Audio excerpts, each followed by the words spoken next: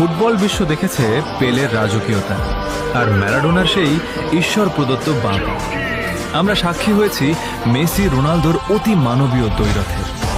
আজকের যুগে হ্যাল্যান্ড এমবাপ্পেরা হয়তো গোল মেশিন হয়ে দাপিয়ে বেড়াচ্ছে মাঠ, কিন্তু এই যান্ত্রিক ফুটবলের ভিড়ে তখন একজনই ছিল যে মাঠটাকে ক্যানভাস বানিয়ে ফুটবল দিয়ে ছবি আঁকত। সে রোনালদিনহোর সেই হারানো শৈল্পিক ফুটবলের শেষ উত্তরাধিকারী নেইমার জুনিয়র। লোকে তাকে ট্রফি দিয়ে বিচার করে, গোল দিয়ে তুলনা করে, কিন্তু তারা বোঝে না নেইমার কোনো পরিসংখ্যানে নাম নয়। নেইমার হলো এক অদ্ভুত সুন্দর যন্ত্রণা। প্রতিবার যখন সে ইনজুরিতে পড়ে মাঠ ছাড়ে, ফুটবল তার চিরচেনা ছন্দ হারায়।